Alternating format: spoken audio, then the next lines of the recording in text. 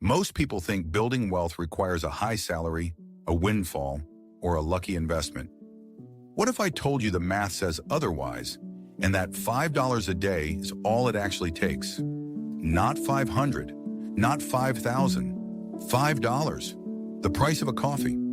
By the end of this video, you'll understand exactly why this works, what most people get wrong about investing, and the one account type that makes the math dramatically better.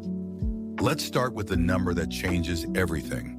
$5 a day is $150 a month, $1,800 a year. Put that into a standard savings account at 0.5% interest, and after 30 years, you have about $56,000. Not bad, but also not life-changing. Now invest that same $150 a month into a diversified index fund, the kind that tracks the S&P 500. Earning the market's historical average of around 10% annually.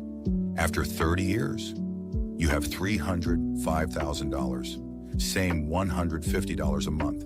Completely different outcome. The only variable was where the money went. That difference, $249,000, isn't luck. It's compounding. And compounding is the most powerful force in personal finance that nobody teaches you in school. Here's how compounding works in plain English. You earn a return on your money. Then next year, you earn a return on your original money plus the returns you already made. It sounds simple, but the effect over time is staggering. The first decade feels slow. The second decade feels like something's working. The third decade feels like a cheat code. At year 10, you have $30,000. At year 20, you have $115,000. At year 30, you have $305,000. The last 10 years added more than the first 20 combined. That's not a coincidence. That's what compounding does when you leave it alone. The mistake most people make? They stop. They invest for a few years, see a market dip, panic, and pull out. Or they tell themselves they'll start when things settle down. The data is brutal here. Missing just the 10 best trading days in the S&P 500 over a 20-year period cuts your returns nearly in half. The best investors aren't the smartest ones. They're the ones who start early and never stop. Now here's where most people leave money on the table. The account you use matters almost as much as the amount you invest. A standard brokerage account works, but a Roth IRA, that's where this gets interesting. With a Roth IRA, you contribute money you've already paid taxes on. But the growth, completely tax-free. And when you withdraw in retirement, also tax-free.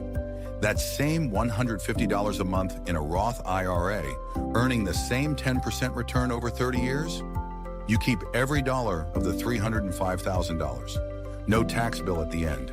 Compare that to a taxable brokerage account, where you could owe 15 to 20% capital gains tax on the growth. Same investment, dramatically different ending balance. Here's the practical part. Step 1, open a Roth IRA. You can do this in about 10 minutes with apps like Acorns, M1 Finance, or Fidelity. No minimum required for most of them. Step 2, automate the $150 a month. Set it up once and forget it. The worst investment decision you can make is one that requires willpower to maintain. Step 3, invest in a low-cost index fund, something like VTI or VOO, that tracks the broad U.S. market. These charge as little as 0.03% in fees annually. That's 3 cents on every $100. And then, this is the hard part, leave it alone. No checking it every week. No panic selling when the market drops. The market will drop. It always recovers. The people who get hurt are the ones who sell at the bottom. Let's recap.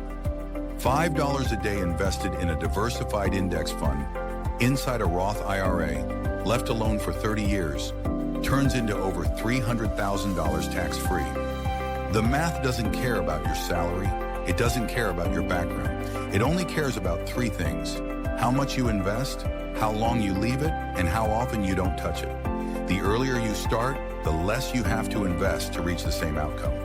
If you're 25 and start today, you need $150 a month. If you wait until 35, you need $400 a month to hit the same number. Time is the only resource in this equation you can't buy back. If this changed how you think about investing, The next video breaks down the 5 most common money mistakes people make in their 30s and how to fix them without overhauling your entire life. It's worth 8 minutes of your time.